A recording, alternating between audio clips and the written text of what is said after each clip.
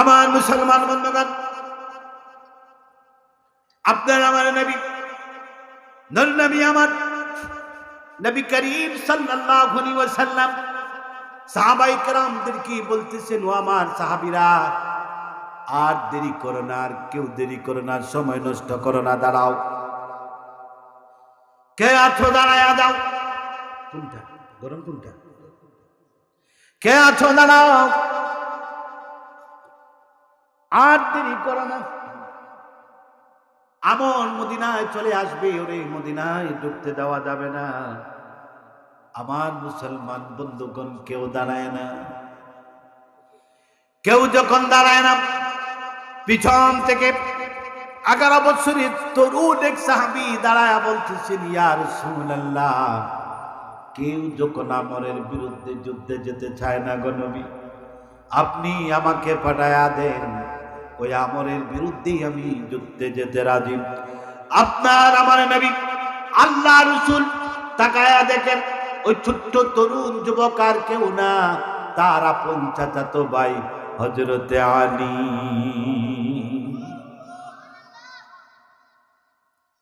সবে যদি সুবহানাল্লাহ আল্লাহু আকবার জোরে কর, তা আমি বাকি টাইমটা চালাইতাম।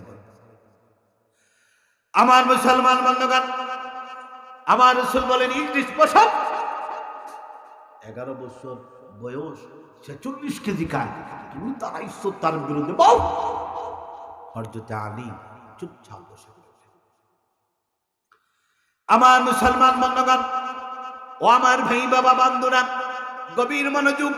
আমি কি বলতে চাই শুনুন মনোযোগ দিয়ে, একটু খেয়াল করে দেখেন। আমার নবী যখন বললেন, ও আমার সাহাবীরা, কে আছো দাঁড়াও, আর দেরি করো না, আর দেরি করো না। আমার বন্ধুরা, কেউ দাঁড়ায় না। কেউ যখন দাঁড়ায় না, আল্লাহ রাসূলের সাহাবী হযরতে আলী আবার দাঁড়ায় বলতেছেন, নবী গো আমার,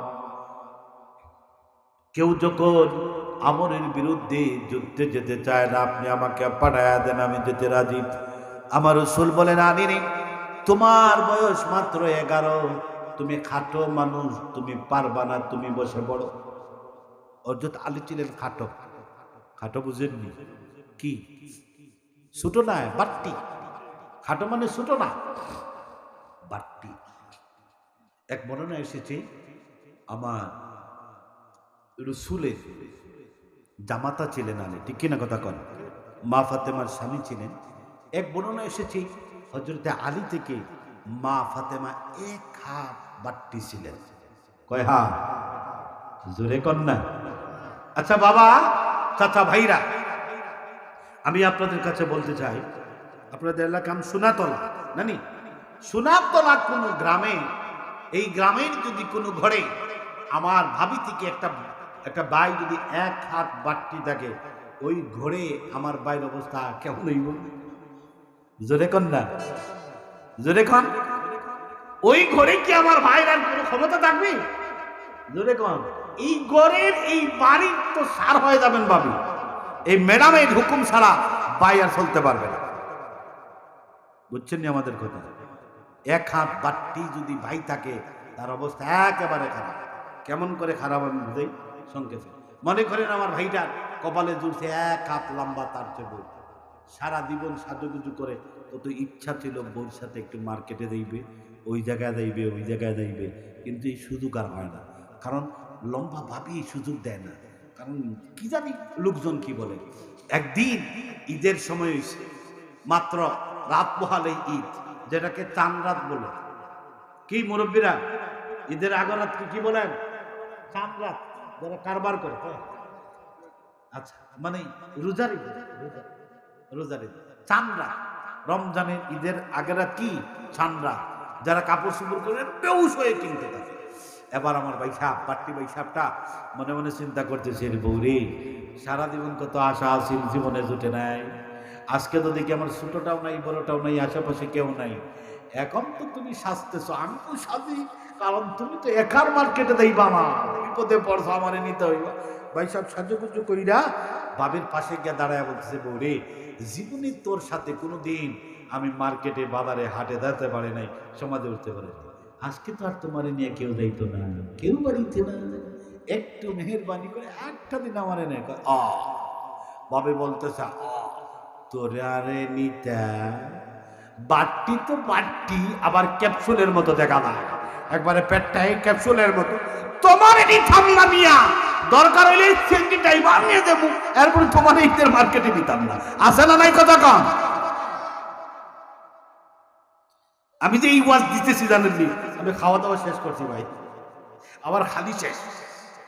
যদি আমি ওয়াজের পরে খাইতাম এই ওয়াজ দিতাম না। কষ্ট পাচ্ছেন আপনারা? মুসলমান বন্ধুরা, আমাদের সমাজে যেমন আমাদের ভাবিরাও থেড়া, বোর জাতিরাও থেড়া, আমরাও থেড়া, ঠিক আছে? আমরা কেমনে থেড়া জানেননি? গত 2 বছর আগে যে সামনে রমজান আইতেছে, থেড়া কেমনে আমরা একটু বুঝাই। আমি রোজার বাজার করতেছি, রমজানে 5 রোজা বা 6 রোজা, দেখি এক ভাই আর এক ভাইকে বলতেছে, এ উনচতনি খাইলে আমার বাড়ির কিতা ঘটনা করছে। কয় কিতা পাইছাম খো, বলে আমার বাড়ির তো খাইলে আমি এমন রাগ করছি, আর বউরে মারতে মারতে মারতে যখন কয় আব্বা আব্বাটা খাইছে তখন ছাড়ছে। এমন মানুষ আছে না নাই? আমার মুসলমান বন্ধুগণ, খবরদার, স্ত্রীদেরকে মারা যাবে। রমজান মাসে বেশি ফতুয়া আসে সারাসারি, সঠিক বলছি না মিথ্যা বলছি? সব ঝামেলা লাগিয়ে দেয় রমজান মাসে, খালি ফতুয়া আমাদের কাছে আছে। বলে হুজুর ঘটনা তো ঘটাইনি তুমি, কিন্তু ওর আগের মাথায় 3টা দিচ্ছি বলে বাড়াইছি, একটাও রাখছি না, দিয়া দিচ্ছি। আমরাও খারাপ কম না, আর তারাও খারাপ কম না।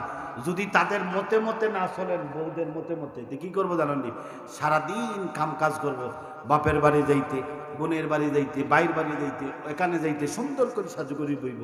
আর যদি আপনার সাথে একটু মতের অমিল হয়, তাহলে সারাদিন কাম কাজ যদি করুক আর না করুক, আপনি যখন যাইবেন ঘরে, দেখ দেখছি সব টাস টাস করি করে শব্দ দিবে, আর যত পাক করে, যত খালি, যত ছাই আছে, সব গায়ে মাইকা দুর্গন্ধ দিয়ে আপনার পাশে রাখা। এরকম আছে না নাই? আমার আল্লাহ শিখিয়ে দিতেছেন এই সমস্ত সব দুর্ঘটনা থেকে বাঁচার জন্য মুসলমান ঘরে গিয়ে সালাম দাও। ঘরে কি করবা? জোরে কন। আমাদের সমাজে বড়রা ছোটদেরকে সালাম দিয়ে দেয় না। বড় হুজুর কোনদিন মানুষকে ছোট হুজুরদেরকে সালাম দেয় না। সে মনে মনে ভাব লইয়া বসে যে আমি তারে সালাম দিতাম না, আমি তো বড় হুজুর। বড় হুজুরের কাছে যদি সালাম দেওয়ার জন্য যান, গিয়ে যদি বলেন হুজুর আসসালামু আলাইকুম, কইব টামনে যাও যাও, আর হাতে যদি একটু হাত দিয়ে ধরে দেখব থ্যাংক ইউ, আর এই সব ঠিক না কথা কাম, থ্যাংক ইউ, আরো এইসব বেশি করে হাত দিয়ে দিও। কপাল পোড়া, তুমি কি আমার রসুল থেকে বড় হুজুর? আমার রসুল, তোমার আমার নবী এত বড় হুজুর, তার উপরে কোনো বড় হুজুর নেই।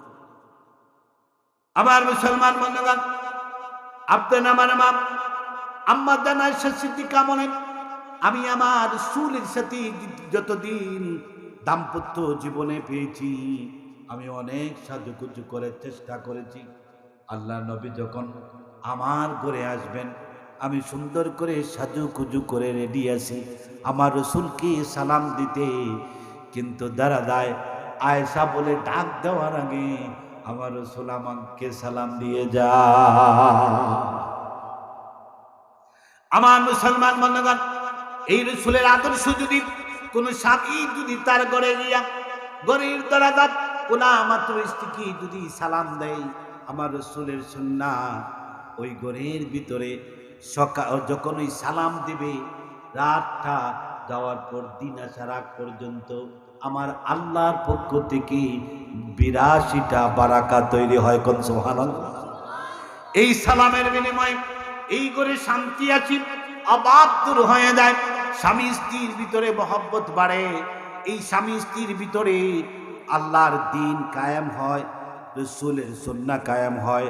রাসূলের বিধান যখন চালু হয়ে যায় ওই ঘর থেকেই তো আসবে আগত শাহজালাল, আগত ফুলতলি, ঠিক কিনা কথা ভবিষ্যৎ